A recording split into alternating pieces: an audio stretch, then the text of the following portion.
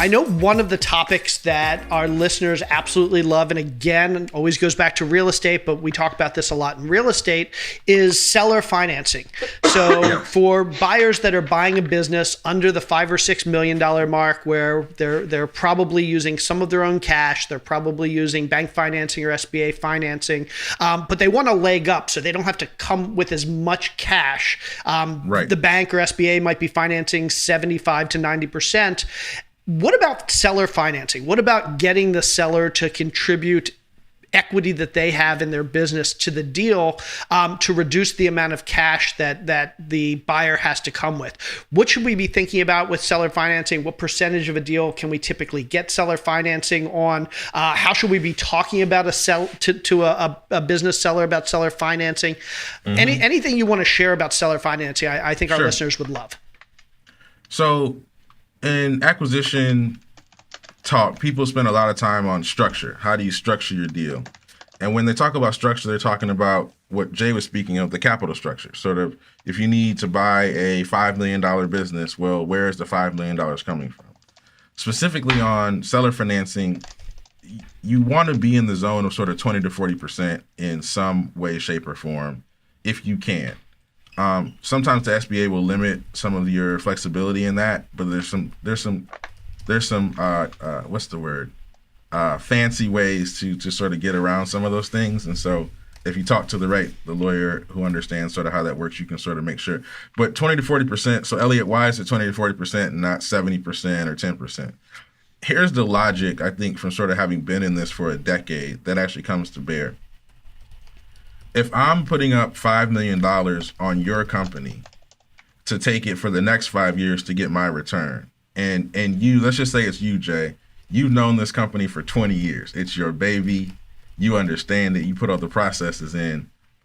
The reason I want seller financing is because I want you to be betting on my ability to run your company for 5 years for you to get your money out, because you know the asset better than me. So if you wouldn't bet 20% to 40% of this purchase price on me running your business, then I actually shouldn't be buying it, because you're smarter than me on this business, right? And so to me, that's the logic around seller financing. How does that really come up? So one of the things that happens, you typically have like a 6 month to 2 year, sometimes even longer employment agreement with the seller after close. And I think you have sort of the academic schoolboy thought, oh, I'll pay the guy $5 million at purchase price, and then I'll pay him $75,000 for a consultant for 5 years. I have it all figured out. Does a guy who took on $5 million show up for $75,000? That's a really good point. Not when it gets tough, not when you need him, right? Your number one customer leaves. He's on the beach. Is that guy showing up? No. But if you still owe him 20 to 40% of the purchase price, he's taking your call on the beach. He's in South America hanging out, but he gets back to you in the same day.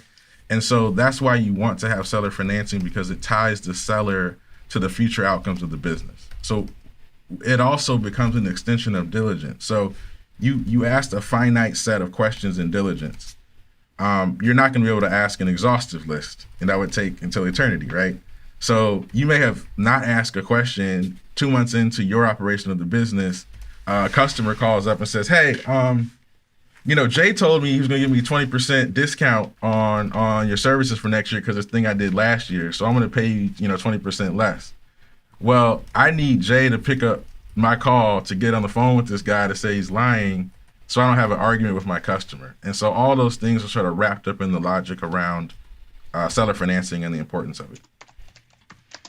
Love that. Absolutely love that. You put that absolutely perfectly. You hand a guy $5 million. Is he going to show up for $75,000 a year after that? And seller financing is literally the best way to ensure that the seller picks up the phone, whether it's 6 months or a year or 2 years after you purchase the business, when you run into a problem. You want to know that the seller is going to pick up the phone and help you. And literally the best way to do that is for the seller to know that he still is owed money, and that he has to help you, because otherwise he's putting his own money at risk. That's right. I mean, one of my favorite business books is How to Win Friends and Influence People. And it's helped me so much in business because you need to always be thinking about what are the incentives of my counterparty. And when you think about a $5 million check and how important a $75,000 check is after a $5 million check, if I put my head in the seat of the seller, $75,000 is a rounding error. I'm going to pay more in taxes. And there's a lot of instances where in this process, you really have to almost like stop, take a step back. I'm not Elliot anymore. Now think about I'm the seller. How would I perceive this? How would I think about this? What are my incentives? Because a lot of people get excited about the concept of buying a business, but not truly thinking about the complexities of a business and also the incentives of the seller, both during your diligence period, which is going to be really intense, but also the year after you close the deal. You're going to need a lot of help from that person.